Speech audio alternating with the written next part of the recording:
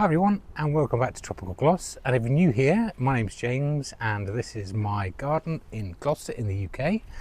It's 10 by 5 meters of plantable space, and I've dedicated it to growing weird, wonderful and exotic tropical jungle plants. In my last video we covered a cold spell over a week and looking at the damage that it causes to plants.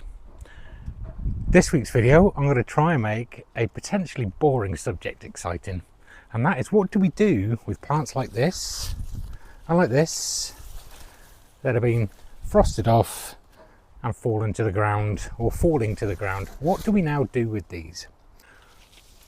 Plants like this are valuable because we can turn this black foliage into a nice mulch that will protect the plants over winter and also add nutrition into the garden.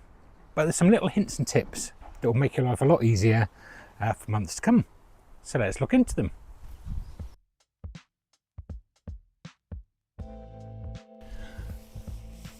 This was once a magnificent clump of Colocasia pink china and is now just a soggy mess.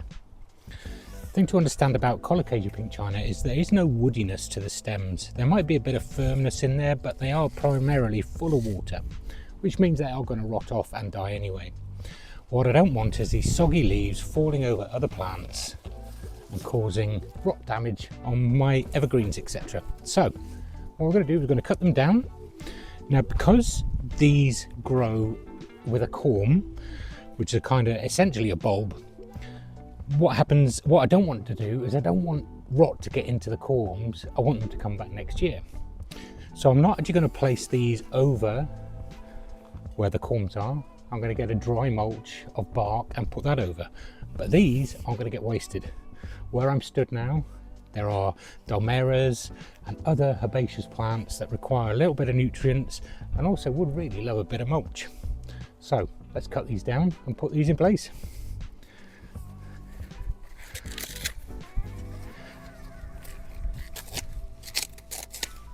When I say they're full of water, this is the stems. If I squeeze it, you can just see the water dripping out of them. So even though it's lower down, it's not completely frosted off, they're still going to die back because the top growth is dead. They're not photosynthesizing anymore and the corms are going dormant. And now it's just a tangled mess of soggy waste sprawled all over a lot of other plants, and I don't want the rot, because these will rot. I don't want the rot to go into my healthy plants. Because it's mainly water based, I don't need to be specific at chopping them up because they'll rot down really quickly.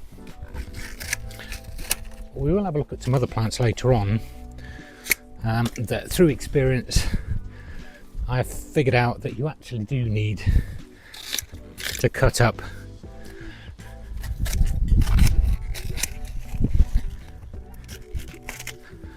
So it looks quite brutal, but this top growth is dead.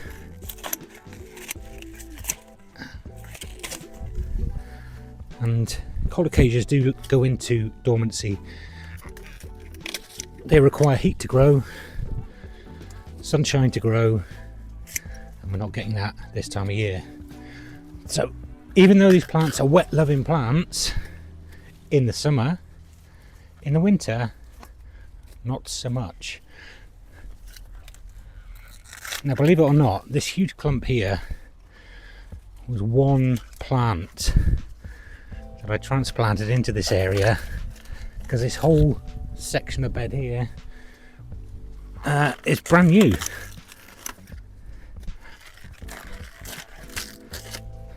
So I don't know whether you can see this, but if you look around my garden on my videos, you see lots of little red flags around, and what these red flags do is they show me where there are plants that have gone dormant already. I've got a really bad habit of losing plants and forgetting where they are, so this helps me remember.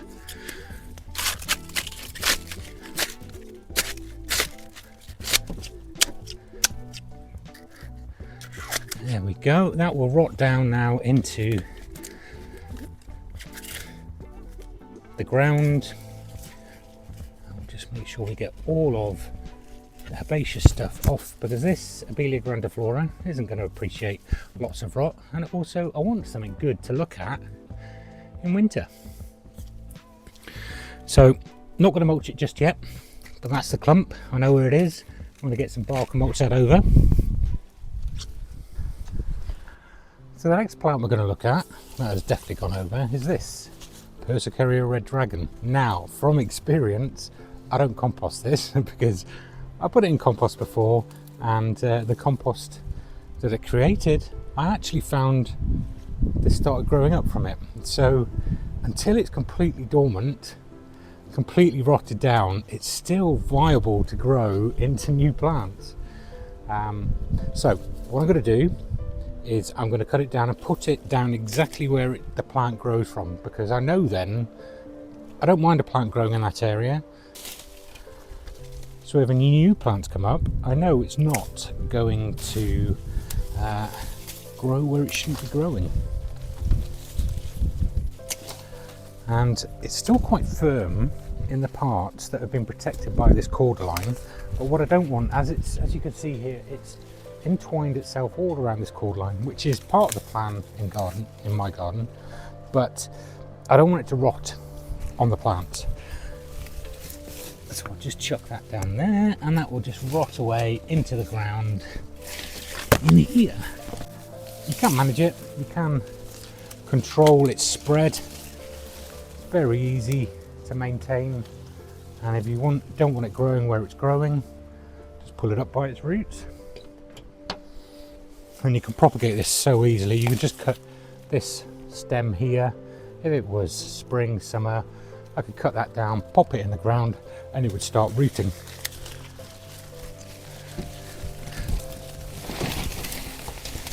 So this is Strobilanthes mastersii.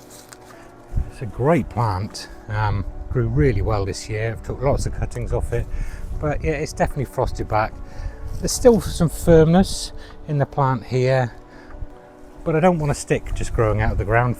So I'm going to cut this down. I'm going to chop it into small sections because that will help it rot down quicker, and just spread it around the base of where the plant is. Now, the hardiness of this plant is a relative unknown within the UK. So this is a test for me. I've got loads growing in the greenhouse, but this one I'm going to leave outside. So I'm going to give it as much chance as possible and give it a good mulch, and we'll see if it comes back next year.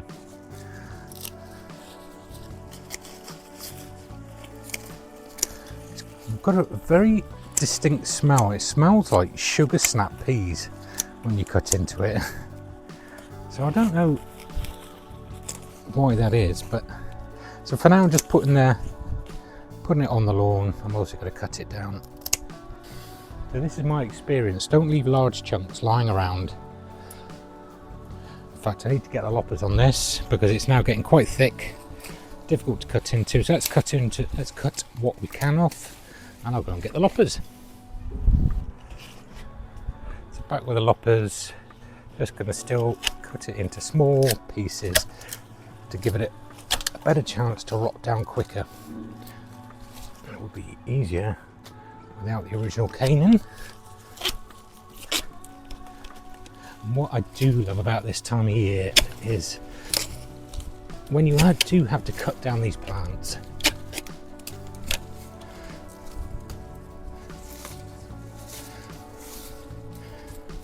what it does show you is the hardy evergreen backdrop. You've got the Fatsia polycarpa there, the cordyline, Scheffler alpina, there's a hellebore down there.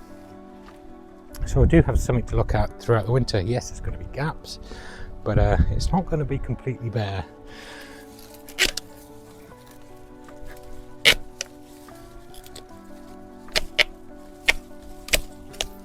We'll just leave that. So here I am in the undergrowth, and this was Canna musifolia. As you can see, frosted off now. What I've learned from experience with cannas, or anything that has this firmish stem to it is, I used to just cut the canna down and just lie it and let it rot into the ground, but it takes forever for this stem to actually break down. So what I like to do now is cut it into smaller manageable pieces so it can rot down a little bit quicker. So a smaller one here, let's start with the smaller ones. I'm going to cut them right down to the base.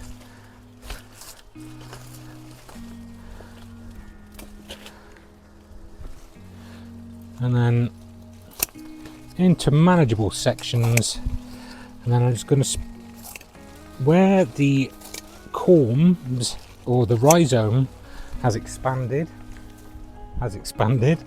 then I'm just going to place these over the top. And then what I'm going to do is just put a bit of mulch over the top of them as well, just to protect it. But this is a relatively sheltered area. And there is going to be a time when I'm going to have to move these particular Canna musifolia, because this lot, as you can see here, is getting quite tall now. And whether the rhizome will get the sun to grow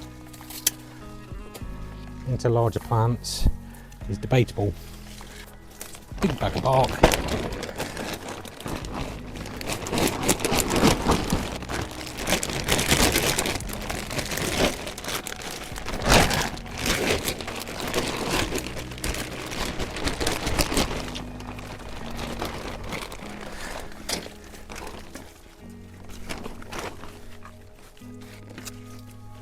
Sorted.